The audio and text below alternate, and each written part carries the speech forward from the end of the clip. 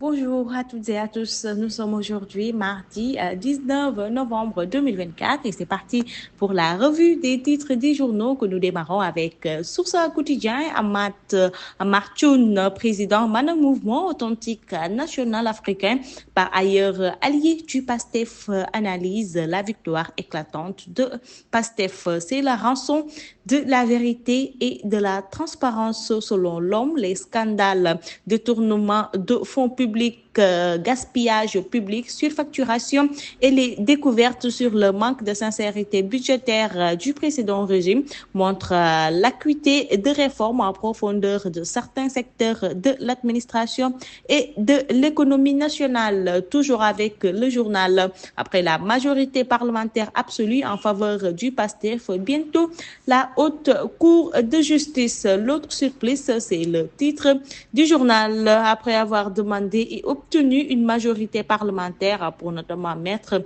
en place une haute cour de justice, tous les dignitaires de l'ancien régime, y compris ceux qui sont déjà élus députés, sont en sursis selon Ousmane Sonko. Je vous garantis qu'on peut lever en moins de 24 heures leur immunité parlementaire. Ce n'est pas un souci majeur, même si l'urgence de se pencher sur le débat d'orientation budgétaire qui avait été rejeté par la défunte majorité parlementaire et les votes des budgets des différents ministères. La mise en place de cette juridiction n'en est pas moins importante aux yeux des nouvelles autorités.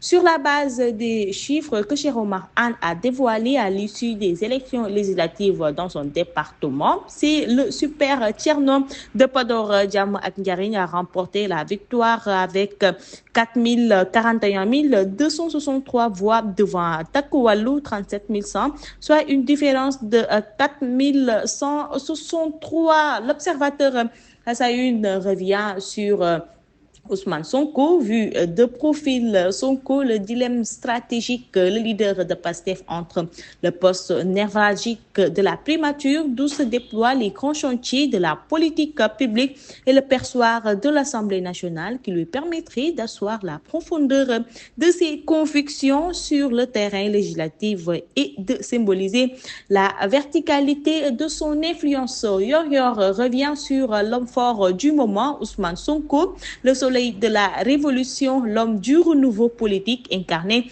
une vision politique qui a manqué à beaucoup de nos gouvernants.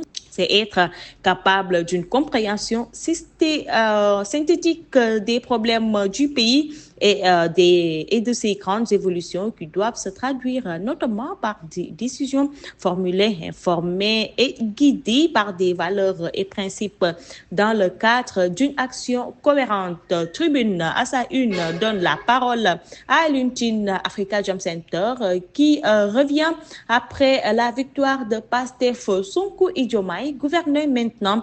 Il faut réconcilier, apaiser, rassembler en reconnaissant l'opposition comme une institution, la rupture systématique. C'est avec tous les Sénégalais qu'il faut le faire. Je me réjouis du fair play des leaders de l'opposition qui sont de même génération et qui ont reconnu la victoire de PASTEF et Sonko en le félicitant. Vox Populi revient sur les résultats des élections législatives anticipées. PASTEF table sur une majorité hégémonique de 132 députés, 102 issus de la razzia départementale et 30 sur la liste nationale. La Commission nationale de recensement de vote démarre ses travaux demain mercredi.